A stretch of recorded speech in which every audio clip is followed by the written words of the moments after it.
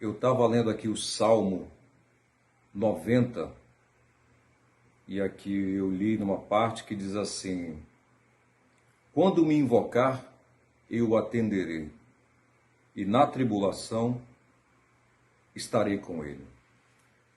E eu me lembrei, estava lendo aqui a Bíblia, que eu leio todo dia, ou pelo menos eu tento ler todo dia, ou deveria ler todo dia.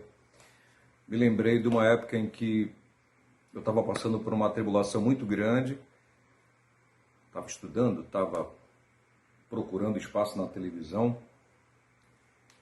e a minha fé deu uma estremecida, mas, como ele diz na palavra, a gente tem que ir em frente, né? Pede e ele vai te atender. Tenha fé. E foi o que eu fiz. Eu participei de uma disputa, vamos colocar assim, de uma seleção de apresentador de televisão que eu nunca tinha feito, mas eu nem sabia se só eu estaria lá, eu nem sabia quem estaria lá, quantos estariam lá. E ao chegar no local da gravação, eu percebi que além de mim tinham 5. E eram 5 super preparados. E aí foi que a minha fé deu uma balançada, mas eu mesmo assim prossegui. Sabe aquele negócio? Tá com medo, mas continua?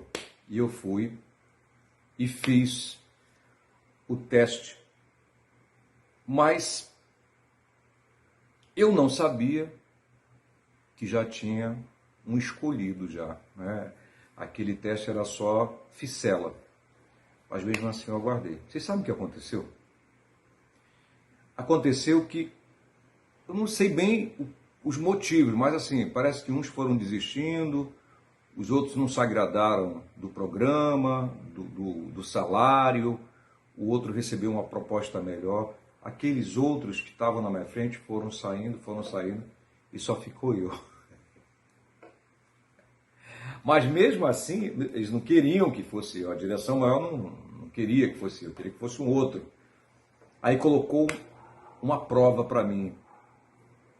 Tipo, vamos ver se esse cara serve mesmo, né? A gente não conhece ele, pelo menos não conhece ele de televisão, é só de rádio.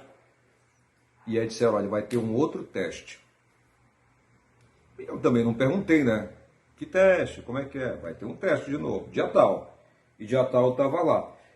E na hora do teste, gente, na hora lá, é que eu fui saber que o teste era assim, era como se fosse ao vivo, como se fosse ao vivo o teste, como se fosse o programa já no ar.